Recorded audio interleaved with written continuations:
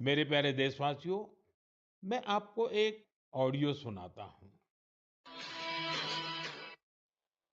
Hello. Sir नमस्ते sir. नमस्ते। Sir बोलिए सर। देखिए, ये जो आपने एफआईआर नंबर मुझे सेंड किया है, इस नंबर के खिलाफ 17 कंप्लेंट्स हमारे पास। आप ये नंबर यूज कर रहे हैं? मैंने नहीं यूज करता हूँ सर। अभी कहाँ से बात कर रहे हो? Sir Karnataka sir. वो घर में हूँ सर। ओके, इसके लिए आप अपनी स्टेट में रिकॉर्ड करवाइए ताकि ये नंबर ब्लॉक कर दिया जाए, फ्यूचर में आपको कोई प्रॉब्लम ना हो। Okay, yes sir. अभी मैं आपको कनेक्ट कर रहा हूँ, ये आपका इन्वेस्टिगेशन ऑफिसर है। आप अपनी स्टेट में रिकॉर्ड करवाइए ताकि ये नंबर ब्लॉक कर दिया जाए। Okay, yes sir. Yes sir. Yes sir. अब बताइएगा मैं किसके साथ बात कर रहा हूँ। अपना आधार कार्ड मुझे शो कीजिएगा वेरीफाई करने के लिए, बताइएगा। सर मेरे पास अभी नहीं है sir Aadhaar card sir, please sir. Phone आपके फोन में है? नहीं सर। फोन में आधार कार्ड की पिक्चर नहीं है आपके पास? नहीं है सर। नंबर याद है आपको? सर नहीं है सर, नंबर भी याद नहीं है सर। हमने सिर्फ वेरीफाई करना है। ओके, वेरीफाई करने के लिए नहीं सर। आप डरिए ना, डरिए ना। अगर आपने कुछ नहीं किया तो आप डरिए ना। हाँ सर, हाँ सर। अगर आपके पास आधार कार्ड है तो मुझे दिखा दीजिए वेरीफाई करने के नहीं लिए। सर, नहीं सर, मैं गांव को आया था सर, घर में है सर। Okay, coming. जय हिंद। इस व्यक्ति की वन साइड वीडियो का रिकॉर्ड करो as per the protocol. Okay, ये ऑडियो सिर्फ जानकारी के लिए नहीं, ये कोई मनोरंजन वाला ऑडियो नहीं है। एक गहरी चिंता को लेकर के ऑडियो आया है। आपने अभी जो बातचीत सुनी, वो डिजिटल अरेस्ट के फरेब की है। ये बातचीत एक पीड़ित और फ्रॉड करने वाले के बीच हुई है। डिजिटल अरेस्ट के फ्रॉड में फोन करने वाले कभी पुलिस, कभी सीबीआई, कभी नारकोटिक्स, कभी आरबीआई, ऐसे भांति भांति के लेबल लगाकर बनावटी अधिकारी बनकर बात करते हैं और बड़े कॉन्फिडेंस के साथ करते हैं। मुझे मन की बात के बहुत से श्रोताओं ने कहा कि इसकी चर्चा जरूर करनी चाहिए।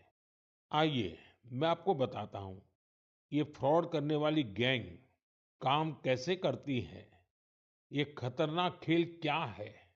आपको भी समझना बहुत जरूरी है, औरों को भी समझाना उतना ही आवश्यक है। पहला दाव, आपकी व्यक्तिगत जानकारी, वो सब जुटा करके रखते हैं। आप पिछले महीने गोवा गए थे, है ना? आपकी बेटी दिल्ली में पढ़ती है ना? वे आपके बारे में इतनी जानकारी जुटा कर रखते हैं कि आप दंग रह जाएंगे। दूसरा दाव, भय का माहौल पैदा करो। वर्दी, सरकारी दफ्तर का सेटअप, कानूनी धाराएं, वो आपको इतना डरा देंगे, फोन पर बातों बातों में आप सोच भी नहीं पाएंगे। और फिर उनका तीसरा दाव शुरू होता है। तीसरा दाव, समय का दबाव। अभी फैसला करना होगा, वरना आपको गिरफ्तार करना पड़ेगा। ये लोग पीड़ित पर इतना मनोवैज्ञानिक दबाव बना देते हैं कि वो सहम जाता है। डिजिटल अरेस्ट के शिकार होने वालों में हर वर्ग, हर उम्र के लोग हैं। लोगों ने डर की वजह से अपनी मेहनत से कमाए हुए लाखों रुपए गंवा दिए हैं। कभी भी आपको इस तरह का कोई कॉल आए तो आपको डरना नहीं है। आपको पता होना चाहिए, कोई भी जांच एजेंसी फोन कॉल या वीडियो कॉल पर इस तरह पूछताछ कभी भी नहीं करती। मैं आपको डिजिटल सुरक्षा के 3 चरण बताता हूं।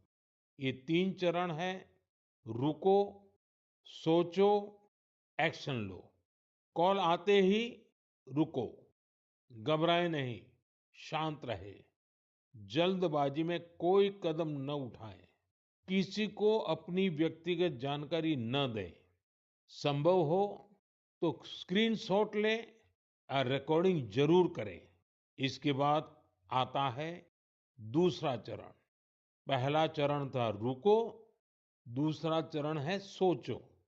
कोई भी सरकारी एजेंसी फोन पर ऐसे धमकी नहीं देती। न ही वीडियो कॉल पर पूछताछ करती है, न ही ऐसे पैसा की मांग करती है। अगर डर लगे तो समझिए कुछ गड़बड़ है। और पहला चरण, दूसरा चरण और अब मैं कहता हूं तीसरा चरण। पहले चरण में मैंने कहा रुको, दूसरे चरण में मैंने कहा सोचो और तीसरा चरण कहता हूं एक्शन लो। राष्ट्रीय साइबर हेल्पलाइन 1930 डायल करें। cybercrime.gov.in पर रिपोर्ट करें। परिवार और पुलिस को सूचित करें। सबूत सुरक्षित रखें। रुको, बाद में सोचो और फिर एक्शन लो। ये 3 चरण आपकी डिजिटल सुरक्षा का रक्षक बनेंगे। साथियों, मैं फिर कहूंगा, डिजिटल अरेस्ट जैसी कोई व्यवस्था कानून में नहीं है। ये सिर्फ फ्रॉड है, फरेब है, झूठ है, बदमाशों का गिरोह है। और जो लोग ऐसा कर रहे हैं वो समाज के दुश्मन है। डिजिटल अरेस्ट के नाम पर जो फरेब चल रहा है उससे निपटने के लिए तमाम जांच एजेंसियां राज्य सरकारों के साथ मिलकर काम कर रही है। इन एजेंसियों में तालमेल बनाने के लिए नेशनल साइबर कोऑर्डिनेशन सेंटर की स्थापना की गई है। एजेंसियों की तरफ से ऐसे फ्रॉड करने वाली हजारों वीडियो कॉलिंग आईडी को ब्लॉक किया गया है। लाखों सिम कार्ड, मोबाइल फोन और बैंक अकाउंट्स को भी ब्लॉक किया गया है। एजेंसियां अपना काम कर रही है, लेकिन डिजिटल अरेस्ट के नाम पर हो रहे स्कैम से बचने के लिए बहुत जरूरी है हर किसी की जागरूकता, हर नागरिक की जागरूकता। जो लोग भी इस तरह के साइबर फ्रॉड का शिकार होते हैं, उन्हें ज्यादा से ज्यादा लोगों को इसके बारे में बताना चाहिए। आप जागरूकता के लिए हैशटैग सेफ डिजिटल इंडिया का प्रयोग कर सकते हैं। मैं स्कूलों और कॉलेजों को भी कहूंगा कि साइबर स्कैम के खिलाफ मुहिम में छात्रों को भी जोड़ें।